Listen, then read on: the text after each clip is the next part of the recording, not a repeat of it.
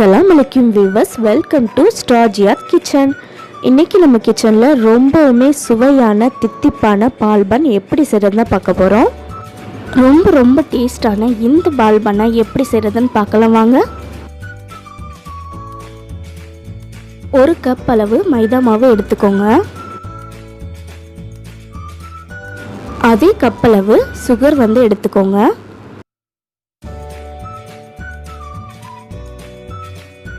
நாம் எடுத்து வச்ச அந்த 1 கப் சுகர்லேருந்து 3 டீஸ்பூன் சுகர் மிக்ஸி ஜாரில் சேர்த்துக்கோங்க. அதோட 4லேருந்து 5 ஏலக்காய் எடுத்து அதில் உள்ள விதைகளை சேர்த்துக்கோங்க. இதை நல்லா பவுடர் பண்ணிக்கோங்க. இது நம்ம மைதா எடுத்த கப்பில் 1/4 கப் அளவு தயிர் சேர்த்துக்கோங்க. நல்ல கெட்டியான பசுமாட்டு தயிர் நான் எடுத்திருக்கேங்க.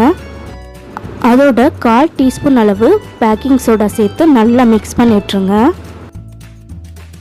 அடுத்து மைதா மாவு எடுத்துக்கோங்க. அதில் கொஞ்சம் பிஞ்ச் சால்ட்டு சேர்த்துக்கோங்க. கொஞ்சோண்டு உப்பு சேர்த்தா போதும். அடுத்து சுகரையும் ஏலக்காய் விதைகளையும் பவுடர் பண்ணி வச்சதை சேர்த்துக்கோங்க. இதை நல்லா மிக்ஸ் பண்ணிடுங்க. பேக்கிங் சோடா போட்டு மிக்ஸ் பண்ண தயிரை சேர்த்துக்கோங்க.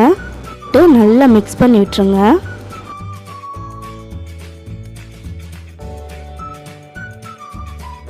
நல்ல தயிரோட மிக்ஸ் பண்ணியாச்சு. இப்போ 1/4 கிளாஸ் தண்ணி சேர்த்துக்கோங்க. 1/4 டம்ளர் தண்ணி போதும். நல்லா மிக்ஸ் பண்ணி விட்டுருங்க.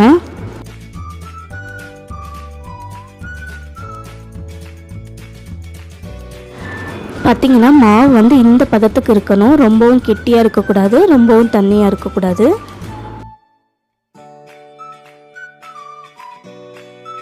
கடைசியாக இதில் 1 டீஸ்பூன் நெய் சேர்த்துக்கோங்க. நெய் சேர்த்துட்டு நல்லா கலந்துட்டுருங்க.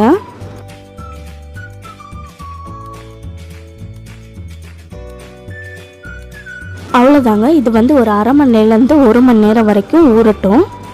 வச்சிடலாம். இப்போ நம்ம எடுத்து வச்ச 1 கப் சுகரில் சுகர் சிரப் செய்ய போகிறோம். ஒரு கடாயில் நம்ம எடுத்து வச்ச சுகரை சேர்த்து 1/4 டம்ளர் தண்ணி சேர்த்து நல்லா மிக்ஸ் பண்ணி விட்டுருங்க. இந்த சுகர் நல்லா கரையணும். சுகரெல்லாம் நல்லா கரைஞ்சி ஒரு கம்பி பதத்துக்கு வந்தோடனே அதை அமர்த்திடுங்க.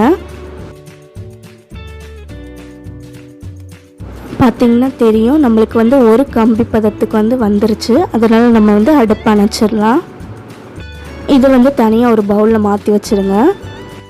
இப்போ கரெக்டாக 1 மணி நேரம் நல்லா ஊறிடுச்சுங்க. ஒரு பேனில் தேவையான அளவு எண்ணெய் ஊற்றி சூடு பண்ணிக்கோங்க. கையிலையும் எண்ணெய் அப்ளை பண்ணிவிட்டு கொஞ்சமாக எடுத்து அப்படியே அந்த சூடான எண்ணெயில் போட்டுருங்க. மெதுவாக போடுங்க. கொஞ்சமாக இந்த மாதிரி போட்டதும் அதை மீடியம் ஃப்ளேமுக்கு மாற்றிடுங்க. ஏன்னா உள்ளெல்லாம் வேகணும். நம்மளுக்கு நல்லா பொன்னிறமாகணும். அது வரைக்கும் நல்லா ஃப்ரை பண்ணிக்கோங்க. பார்த்திங்கன்னா இந்த மாதிரி கோல்டன் ப்ரௌன் கலர் வந்ததும் நம்ம எடுத்துடலாம்.